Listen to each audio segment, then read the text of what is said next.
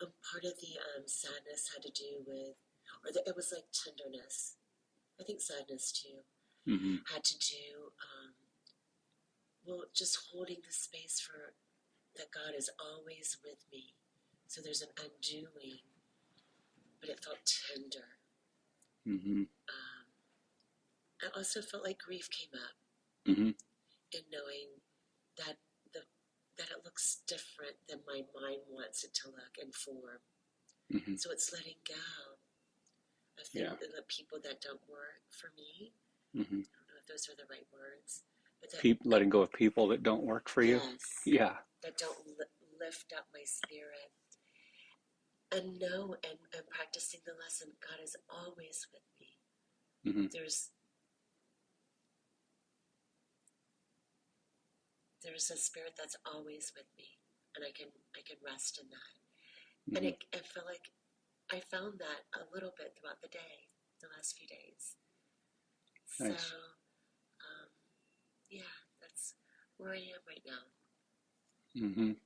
Yeah, we were talking a little bit after the last lesson, number 41. We were talking a little bit about this notion and how we substitute relationships, people, places, and things, we substitute for perfect love. The whole dream is one giant substitute for God or for heaven. And we've self-constructed it, and we've self-identified with it, and it's all one giant projection to get rid of the guilt. It's like time and space and for form is frozen guilt. And because the any of us who has not experienced deep guilt, well, there are people, and some of us get very good at hiding the guilt because the guilt is the most painful thing to look at. Guilt is very painful. Is the guilt, Jeff, the guilt from believing that we're separate? That's the original sin. Right. Remember, sin is just the idea of separation, or you could think of sin as a mistake. It's the original mistake. And we believed. We believed We it. believe it. Yeah, we believe we separated from God. That's the original error that happened at the level of mind. A little seeming splinter of perfect oneness just seemed to splinter off and miscreate the whole thing. And would have been a big deal if we would have remembered to just laugh at the notion. That's what the Course tells us. It says, into all of eternity, there slipped a tiny, mad idea in which the Son of God, the Christ mind, remembered not to laugh. And the Big Bang.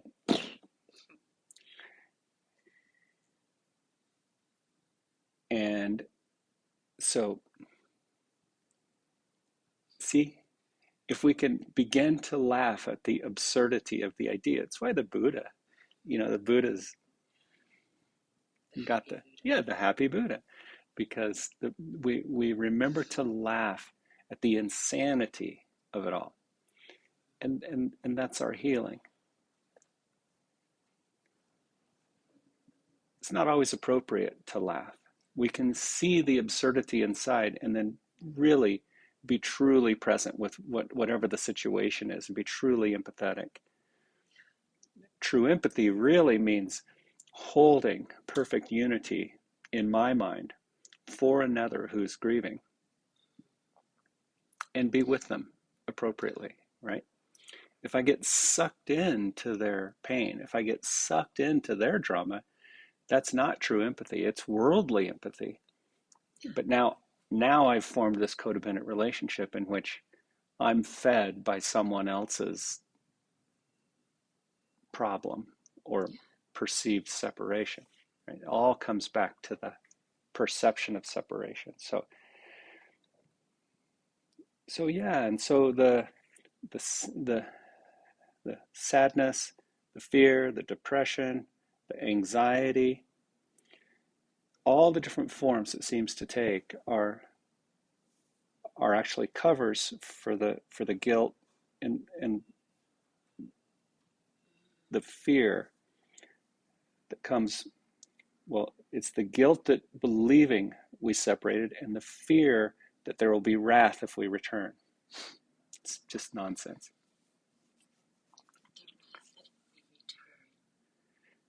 Which is the prodigal son, right? The prodigal son goes out, makes all the mistakes, blows all the money, goes on the journey, and then is deeply humbled, comes back to his father, and the father's just as loving as he always was, just as giving as he always was, and he's welcomed home. And that's the lesson of that story.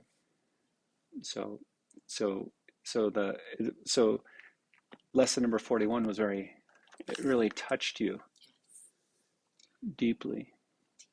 Yeah.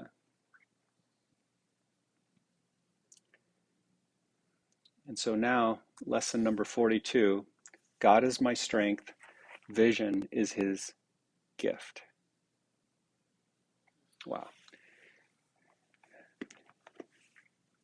Today, I'd like you to start leaning against the wall and put the bolster lengthwise. So now, you can't have your sacrum touching the wall. You got to be a little bit off the wall.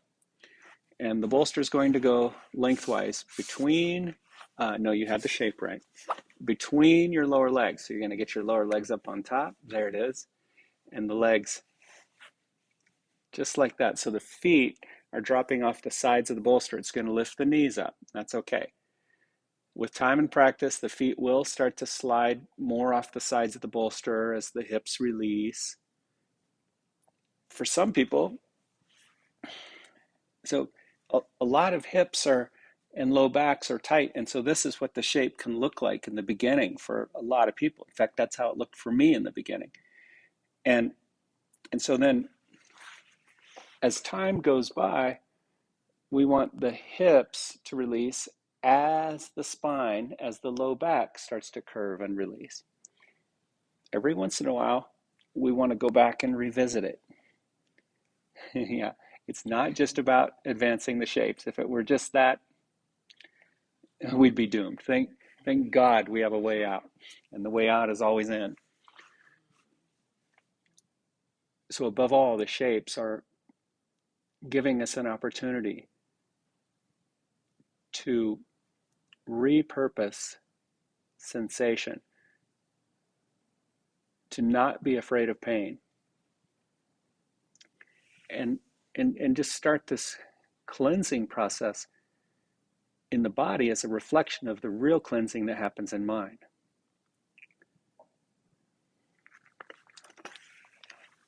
So relaxing against the wall here, yeah, knees elevated, close your eyes. I'll read a little bit to you. Lesson 42, God is my strength, vision is his gift. The idea for today combines two very powerful thoughts, both of major importance. It also sets forth a cause and effect relationship that explains why you cannot fail in your efforts to achieve the goal of the Course. Okay, what is the goal of the Course but to know thyself?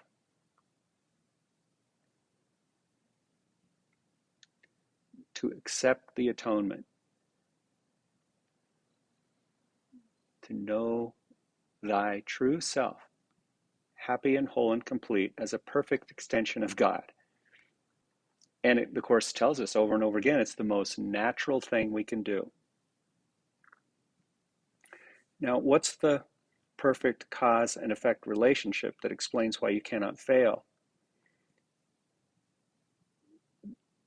God is the cause, capital C. True self is the effect, capital E. In a worldly sense, the ego mind is the cause. And the world we see, even the body we seem to inhabit, is the effect. Little c, little e. And it gives us a false sense of self, which is, we could say that's the little I. And it's our yoga, it's our goal of our practice and the goal of our life to resonate and join with capital I, true self.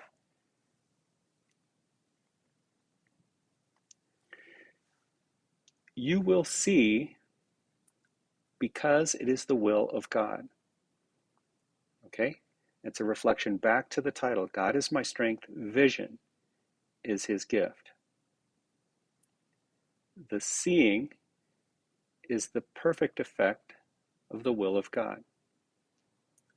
It is his strength, not your own, that gives you power.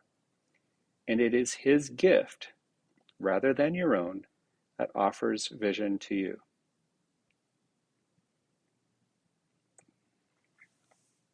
How lovely is that? We hold our grievances as gifts to God,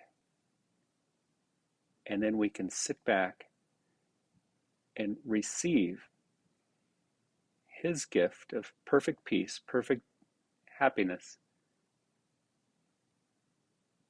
that he gives to us. Now slowly start to curve forward. You may need to grab hold of your knees a little bit to start to curve and come off the wall. And then your hands may come to the floor. You just let the shape work for you. It will help reveal stiffness in your low back. Some of you may be able to slide your hands under the bolster, your fingers under the bolster, palms up. Yeah, or whatever feels good. There you go. You just let the shape work on you, and I'm going to keep reading. God is indeed your strength, and what he gives is truly given. There's nothing truly given in the world of form, but what God gives is truly given. This means that you can receive it anytime and anywhere, wherever you are, and in whatever circumstance you find yourself.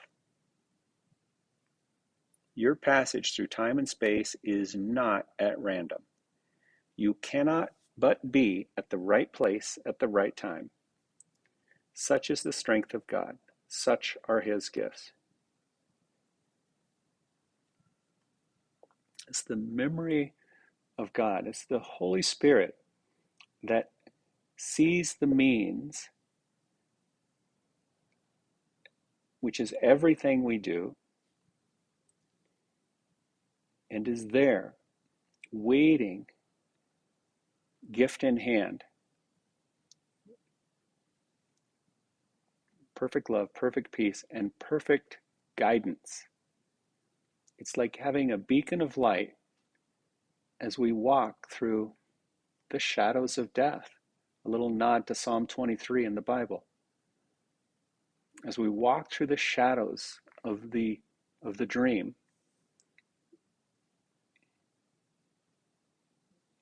it's the memory of God, it's the light of God, it's his gift given to us that becomes our guide.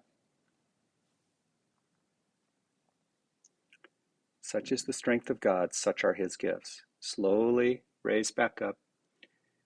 Keep your eyes closed if you can. Rest against the wall. And switch the cross of your legs.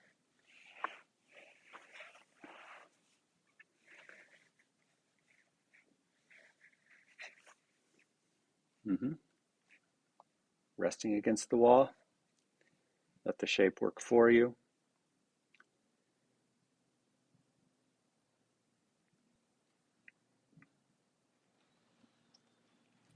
It suggests that we have 2 3 to 5 minute practice periods today. one as soon as possible after you wake, and another as close as possible the time you go to sleep. Best to wait for a time where you can sit quietly by yourself, at a time when you feel ready, like right now.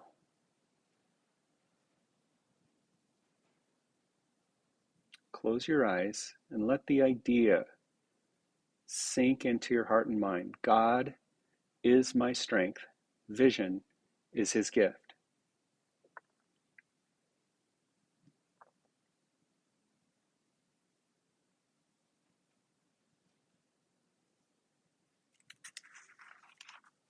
Slowly curve forward.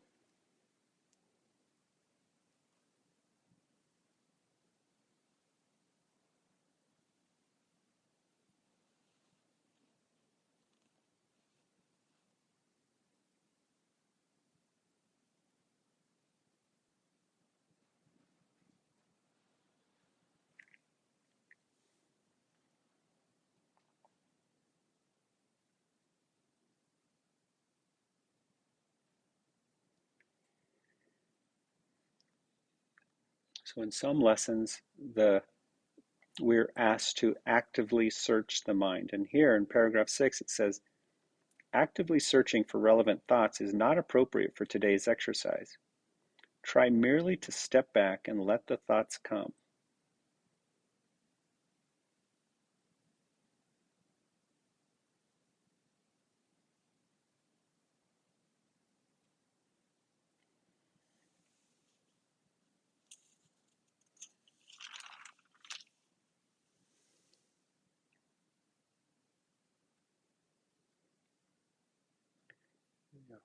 We're not searching for the grievances per se. They may come up and we just hold them. We give them up to the light of love where they're dissolved. Where are the shadows when the light comes?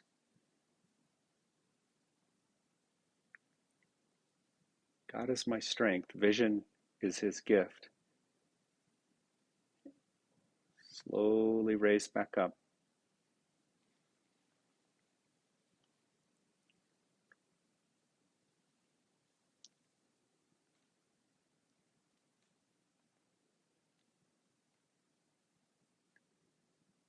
Nice.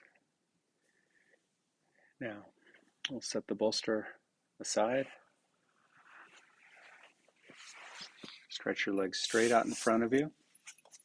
Yeah, keep that little space between you and the wall. And you'll take your strap and wrap it around the ball of both feet, and then come back to the wall.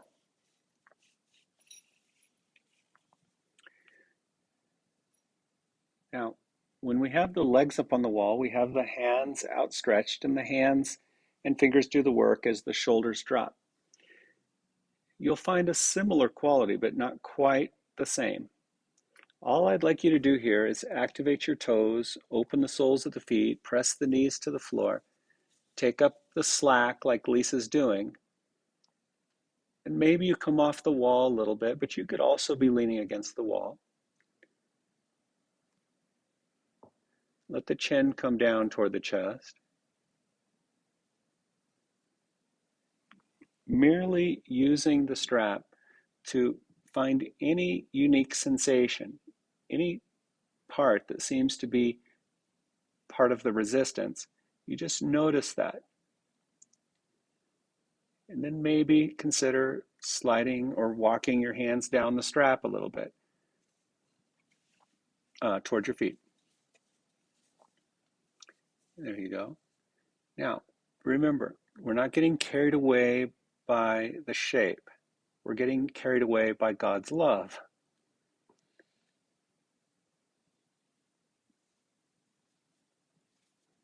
We're getting carried away by God's strength and the gift of vision that he gives.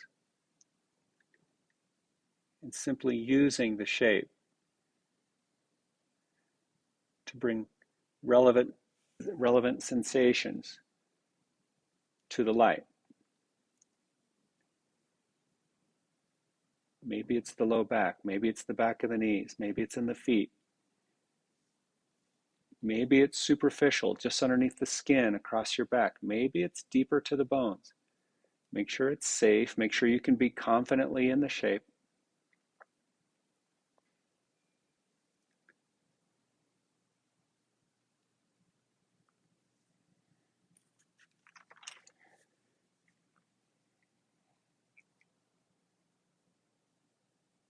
And slowly come back to the wall.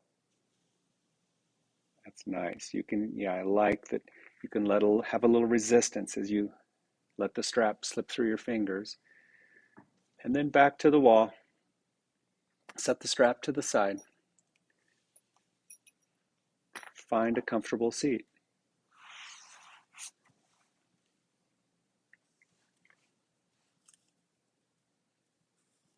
Rest your hands on your knees or your thighs.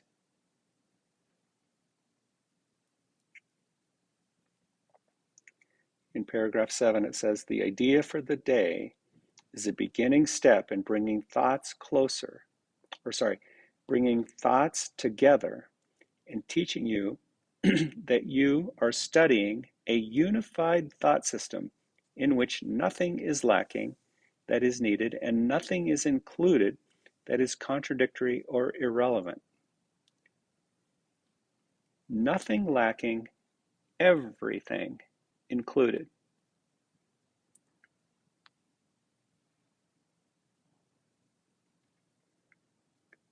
The idea for the day is a beginning step in bringing together these thoughts and teaching you that you are studying a unified thought system.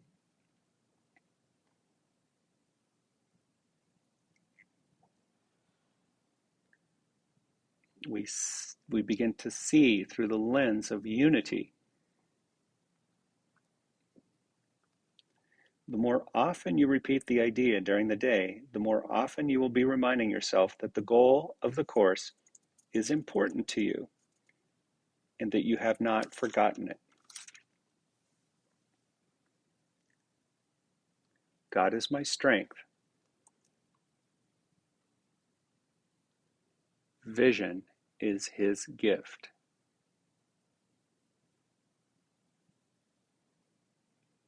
With an open, receptive heart, a willing receiver of God's perfect gift, bring your hands to your heart.